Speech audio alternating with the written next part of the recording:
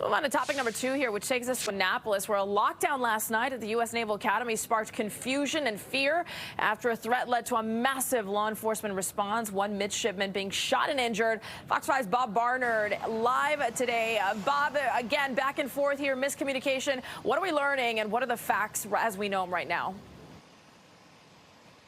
Yeah, Marina, the latest we have on that midshipman, an unusual event at the Naval Academy for a midshipman to be shot and wounded in his dorm room there, is that young man is in stable condition. We don't know if he's still at shock trauma in Baltimore or not, but that's the latest we have about him. I'll tell you here, this is one of the gates here at the Naval Academy, which is closed today to the general public. No tours here today at the Naval Academy. I want to show you what things look like from Skyfox and the ground last night. This lockdown was ordered at about 5 o'clock last night, and the official word from the Naval Academy, and this all happening around Bancroft Hall, which is a dorm for midshipmen, was that they had reports of suspicious activity, that naval security forces and local police responded, that there was never an active shooter threat as far as they were concerned, and that while these forces were clearing Bancroft Hall, a midshipman was injured and airlifted to shock trauma in stable condition. Again, that's the official account.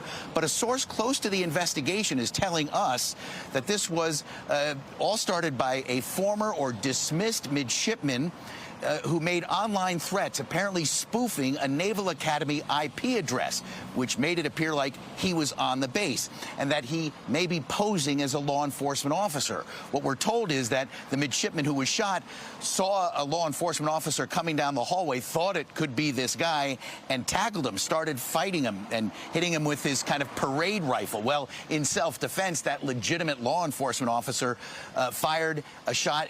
We're told as many as 3 shots, one of which wounded that midshipman. A crazy scene unfolding live on Fox 5 last night. Today, we've spoken to parents of midshipmen and Annapolis residents about what happened last night. I think he probably did an innate thing by protecting, going into defensive mode, and I'm sure they are trained on some level to do just that. So I mean, I don't fault him for doing that, and thank God it was just his shoulder, so I'm sure he'll be fine, and maybe he'll be acknowledged, on a higher level, because these, it's the most incredible military school in America. There wasn't a lot of information. They just said it's on lockdown. There's a shooter on site. There was a shooting. They didn't know who shot who or what, but it was. My wife was in tears, and but that's part of being in the Navy. You're going to face a lot of adversity and danger going down the line. So maybe it was a good training session for us. And Marina, Jeff there told us that his son is on the tennis team, that they were rushed off the court and sheltered in place in a hut. We also spoke to the father of a midshipman on the water polo team. Apparently, they were all evacuated out of the pool, and for quite a bit of time, were just kind of stuck in their wet bathing suits waiting this thing out. The lockdown was lifted at about midnight, and again, the official word from the Naval Academy as to what happened is very vague, generic, and it hasn't changed in hours.